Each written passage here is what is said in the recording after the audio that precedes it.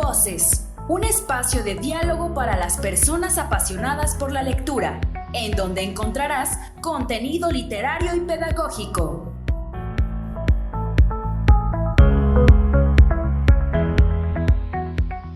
Hola, ¿cómo están? Mi nombre es Mariela Moreno, soy maestra rural, profesora en Ciencias de la Educación y doctora en Ciencias Sociales. Soy argentina, de la provincia de Entre Ríos. Vivo actualmente en la ciudad de Paraná. Crecí en un pueblo muy pequeño, en el interior de Entre Ríos, llamado Estación Sosa. Crecí también en colegios de internado, porque en el pueblo donde yo nací no había educación secundaria.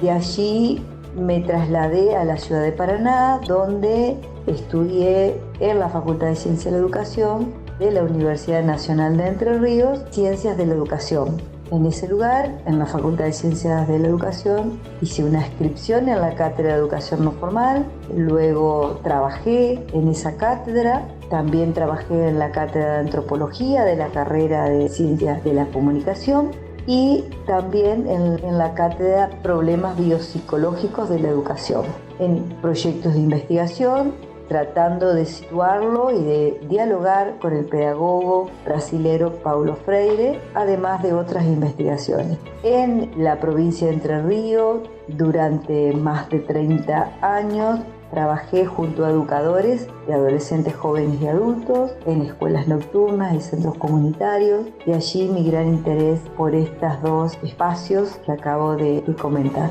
Volviendo a la investigación sobre el pedagogo brasilero Paulo Freire, me preguntaba y nos preguntábamos sobre el lugar de Paulo Freire en el trabajo investigativo y en relación a las prácticas docentes. Pensando en texto La educación como práctica de la libertad, en la edición de 1969, pensamos en los conceptos que él toma en educación y concienciación.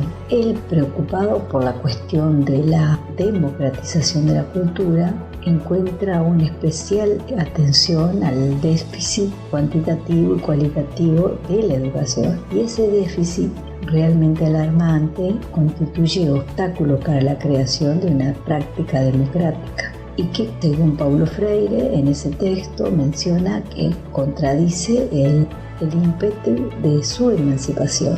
De ahí mi gran interés al trabajo de este pedagogo, que sigue diciendo en ese interesante texto que el número de niños en edad escolar sin escuela es muy preocupante, y el de analfabetos, comillas, vamos a ponerle el concepto de analfabeto, que son mayores de 14 años, es alarmante. Da en ese texto cifras, ¿no? Y menciona que las cifras hablan por sí solas. También menciona que hace más de 15 años en ese texto, ¿no? Pongámonos en ese contexto, en ese lugar, en esos años, subrayando que se viene acumulando experiencia en el campo de la educación de adultos en áreas proletarias y subproletarias, urbanas y rurales. ¿Por qué nos interesa el problema de la alfabetización y por qué traemos a Paulo Freire aquí nuevamente? Paulo Freire diría: descartamos cualquier hipótesis de una alfabetización puramente mecánica. Pensamos en una alfabetización del hombre como una toma de conciencia, un trabajo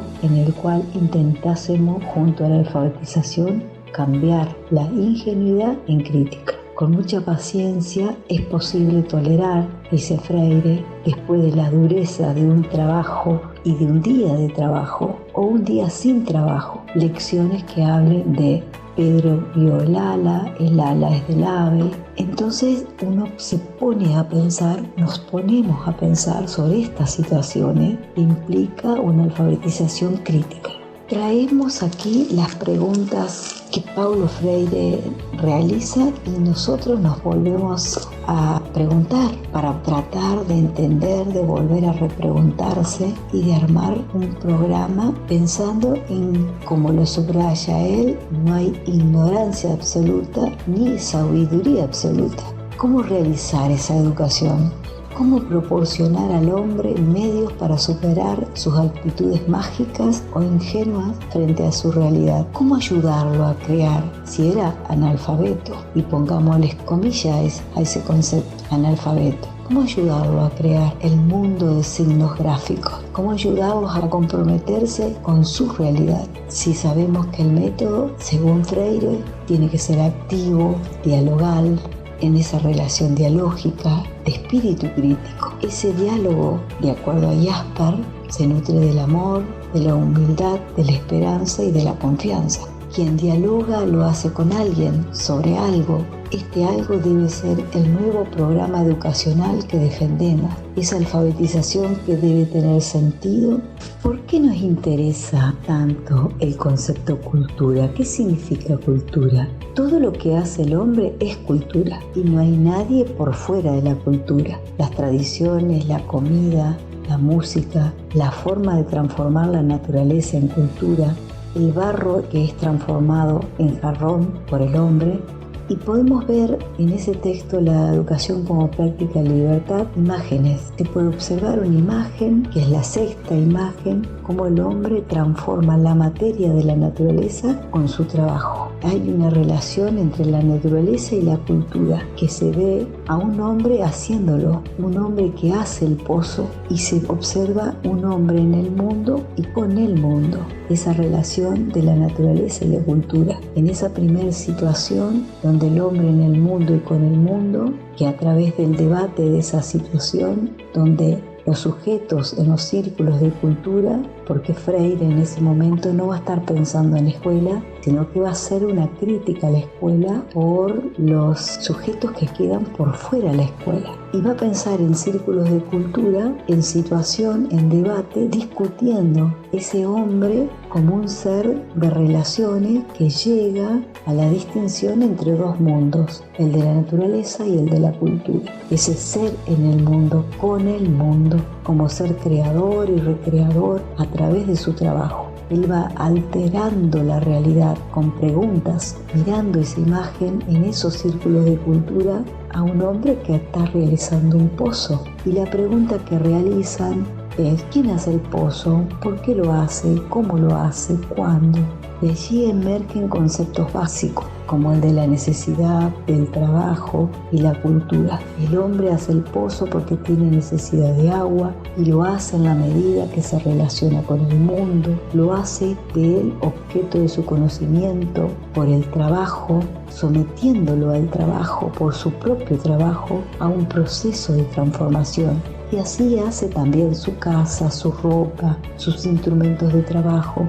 A partir de ahí se discute con todo el grupo en esos círculos de cultura. ¿Por qué nos interesa esta forma de aprendizaje y esta forma de enseñanza que plantea Paulo Freire en esos círculos de cultura? En realidad, el aprendizaje de la cultura, de la escritura y de la lectura, que es la llave del mundo de la comunicación, nos hace pensar que a partir de allí el analfabeto, comillas al concepto analfabeto, comenzará a cambiar sus actitudes anteriores. Se descubrirá críticamente como hacedor de ese mundo cultural.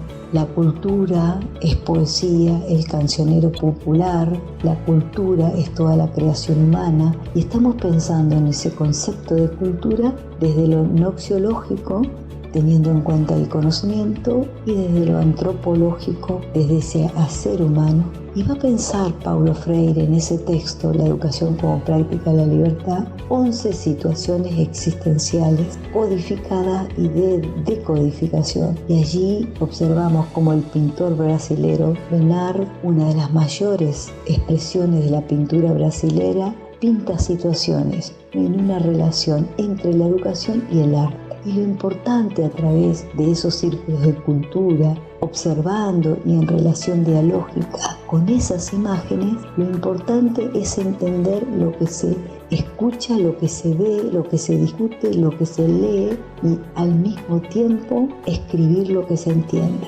De ahí que el papel del educador sea fundamentalmente dialógico, dialogar con el sujeto que se está alfabetizando sobre esas situaciones concretas para alfabetizar por medio de esa concientización.